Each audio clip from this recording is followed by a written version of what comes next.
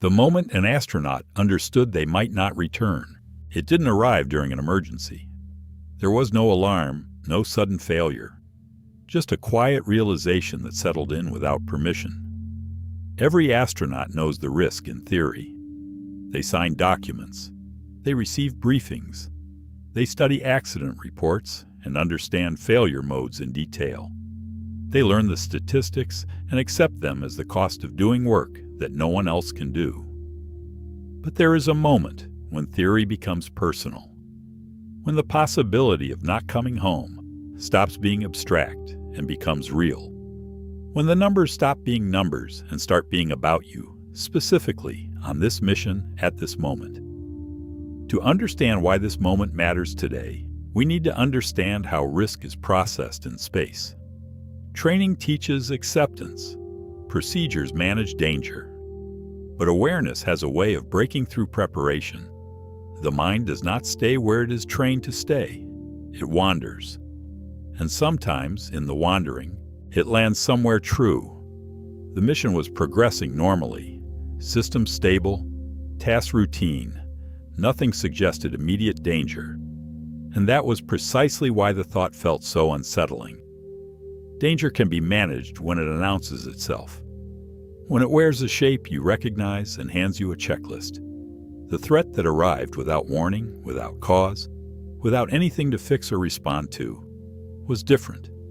It arrived in the stillness. The astronaut looked at the readouts, then at Earth, distant through the window. And for the first time, the question formed clearly. What if this is it? Not as fear, as fact. That single thought changed everything. The realization didn't bring panic. It brought clarity. The astronaut continued working, hands steady, mind sharper than before. But beneath the routine, perspective shifted. Everything that had felt ordinary moments before now carried a different weight. Not dread, precision. The kind of precision that comes only when you stop assuming tomorrow is guaranteed and start treating the present as the only thing you can be certain of. Every system check carried new weight. Not urgency, but awareness. Each number mattered because survival depended on it. Not hypothetically, literally. The instruments on the panel were not abstract information. They were the margin between continued existence and something else. The astronaut read them with a quality of attention that went beyond training. Something older and more instinctive had been activated. The astronaut thought about home differently now. Not as a destination, but as a possibility. Something hoped for, not guaranteed. Earth looked smaller, not because of distance, but because of uncertainty. It was still there, still turning, still full of everything familiar, but it was no longer inevitable. The path back to it was long and complex and depended on systems holding, on margins remaining intact, on nothing unexpected arriving to close the distance permanently.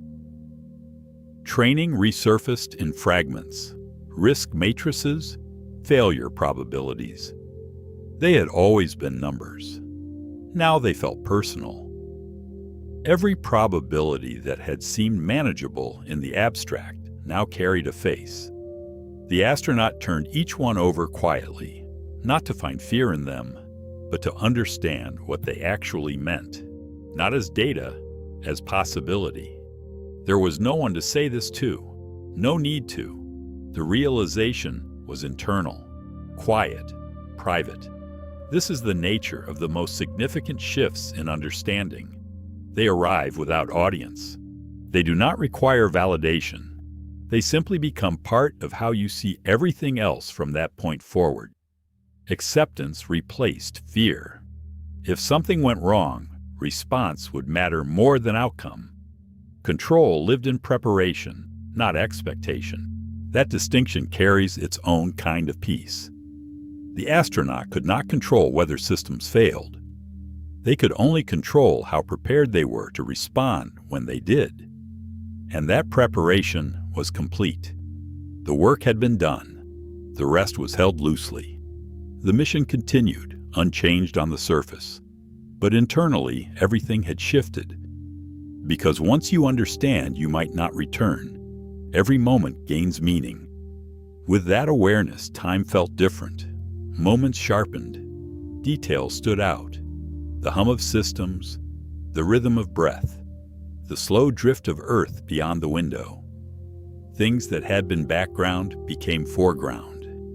The experience of being alive in this particular place, at this particular distance from everything familiar, took on a quality that demanded acknowledgement.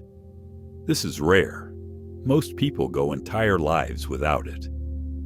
The astronaut noticed how calm they felt, not detached, but focused. Fear had narrowed into resolve.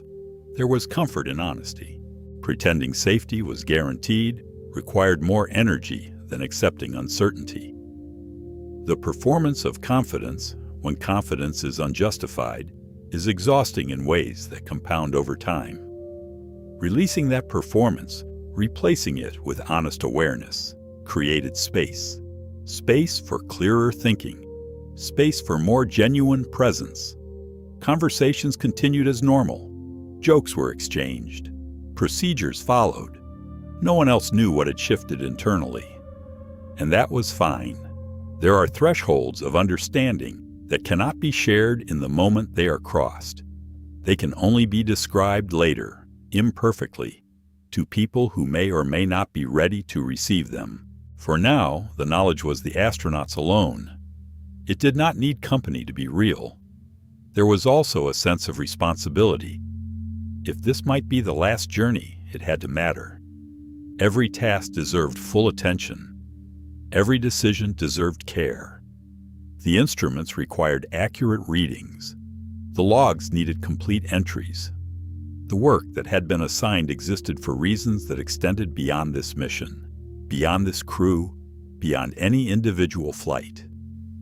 Data gathered here would inform decisions made long after the mission ended, regardless of how it ended.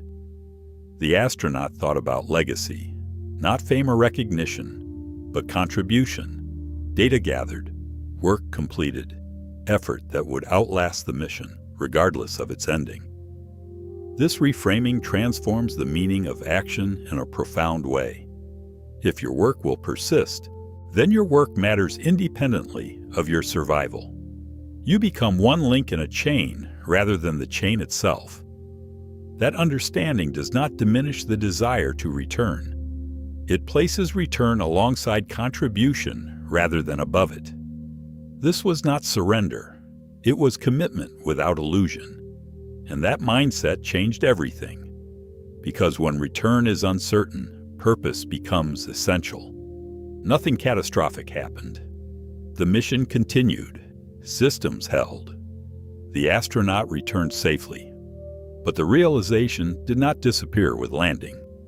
Back on Earth, normal life resumed quickly. Noise, gravity, familiar routines. Yet something remained different. Risk was no longer theoretical. It had been faced honestly, without denial. The pretense that ordinary life is safe, that tomorrow is guaranteed, that time is unlimited, became harder to maintain. Not because life had become more dangerous, but because the illusion had been set aside and it did not return on demand.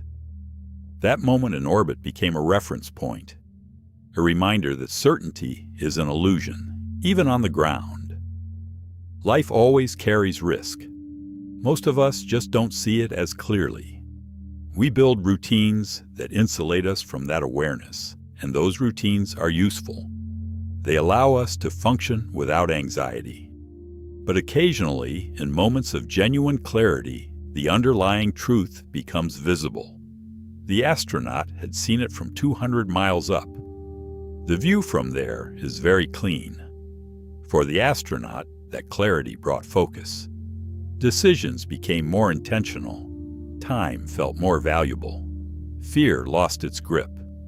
The fear of death, once faced and processed, becomes less able to govern behavior.